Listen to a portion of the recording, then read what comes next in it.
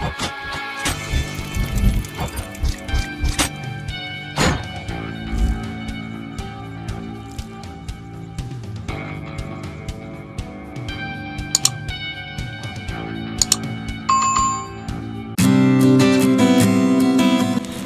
वालेकुम नाज़रीन, मैं वली रईस एंटरटेनमेंट की तरफ से आपकी खिदमत में हाजिर हूँ।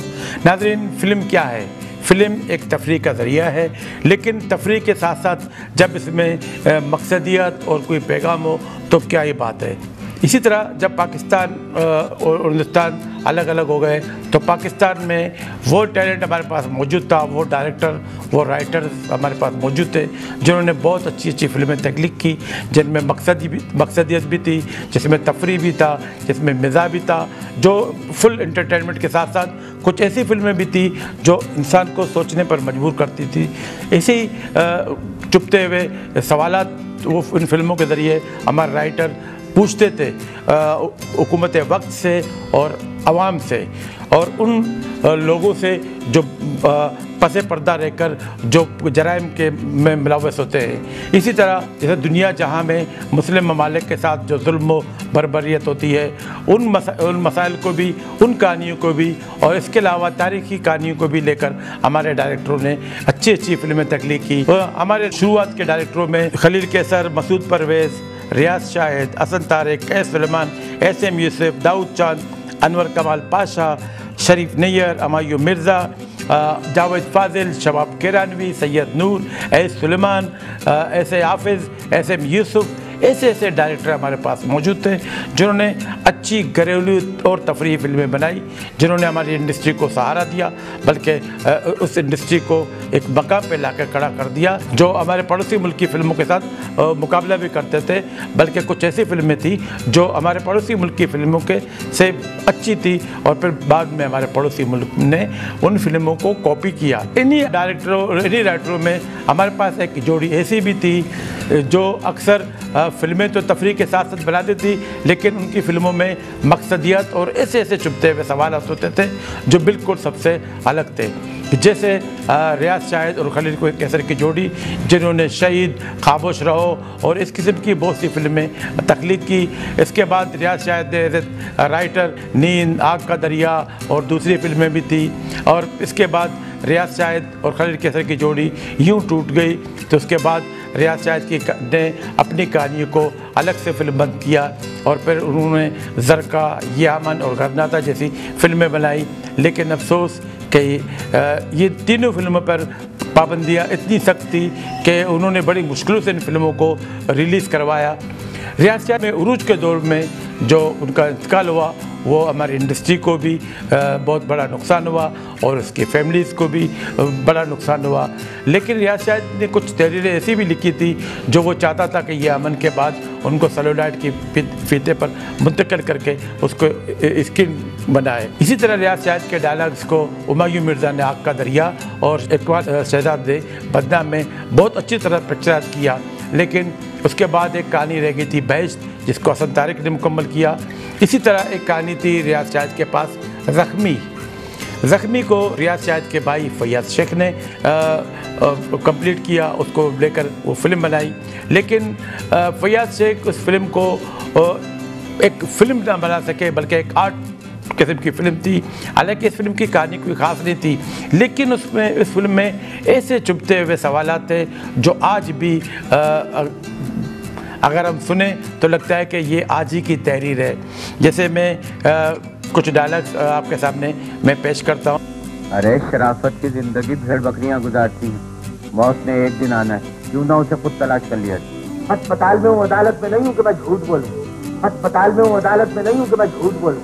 अस्पताल में हूँ, अदालत में नहीं हूँ कि मैं झूठ बोलूँ। कोई बात नहीं है माँ, हम लोग गुस्से में नहीं आते। तो आइए फिल्म की मुख्तसर कहानी की तरफ। फिल्म की कहानी कुछ यूँ है कि फिल्म में शबनम एक नर्स का किरदार अदा कर रही है। शबनम के साथ उसकी बहन समरुद है और 3 और छोटी छोटी बहनें हैं।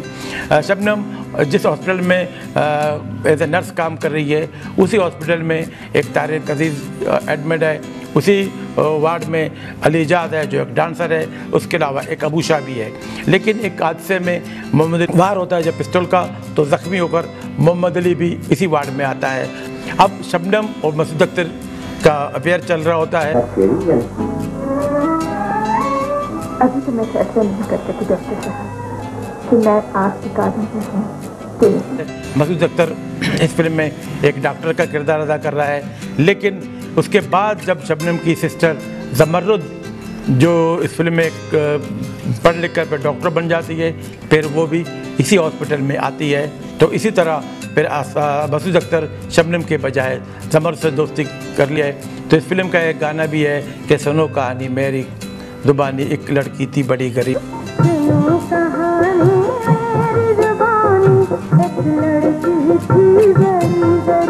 तो अमीर गरीब की तकरार होती है। देखो, ये हम सब मानते हैं कि खुदा के बाद माँ का दर्जा है, और प्यार करने में तो खुदा की कसम माँ खुदा से भी बाती थी। तो माँ मारी से क्या कह रहे हैं? ऐसा मत कहो बेटे, ये कुफर है। तुम कुछ भी कहो माँ, मगर ये है हकीकत। फिर इसी तरह फिर मोहम्मद अली को शबनम से मोहब्बत हो जाती है, लेकिन अरे मरीज की तवज्जो तकलीफ से हटाना भी तो नर्स का एक फर्ज है। तो अगर मरीज गलत फहमी का शिकार हो जाए तो? लेकिन शबनम उससे इनकार करती है। इसके बाद फिर मोहम्मद अली दोबारा जाता है डैन में वहाँ पे लड़ाई करने के लिए, ताकि मैं फिर ज़ख्मी होकर दोबारा इसी वार्ड में आ जाऊँ। तो मोहम्मद अली वहाँ पे फाइट करता है, मोहम्मद अली को गहरे ज़ख्म आ जाते हैं। फिर मोहम्मद अली इसी वार्ड में दोबारा आ जाता है, लेकिन यहाँ पे मोहम्मद अली का इंतकाल हो जाता है। मोहम्मद अली की माँ भी सदमे से मर जाती है। तो नाज़रीन, आपने अंदाज़ा कर लिया कि इस फिल्म की कहानी में कोई वो ऐसी बात ही नहीं है कि इसको हम आपके सामने बयान कर सकें। इस फिल्म का एंड इस तरह बनाया गया कि मोहम्मद अली भी मर जाता है, शबनम उसके सराहने बैठी हुई है, वहाँ उसकी माँ मर जाती है। ना इस फिल्म के क्लाइमेक्स में कोई जान थी। हाँ, अगर इस फिल्म को रियाज शाहिद या हसन तारिक बनाते तो ज़रूर इस कहानी में बहुत सी चीज़ें ऐसी डालते कि इस फिल्म की कहानी को और ज़्यादा रंग देते या इस फिल्म को और ज़्यादा पुरअसर बना देते, लेकिन इस फिल्म में कोई ऐसी बात नहीं है। हाँ, इस फिल्म के गाने अच्छे हैं।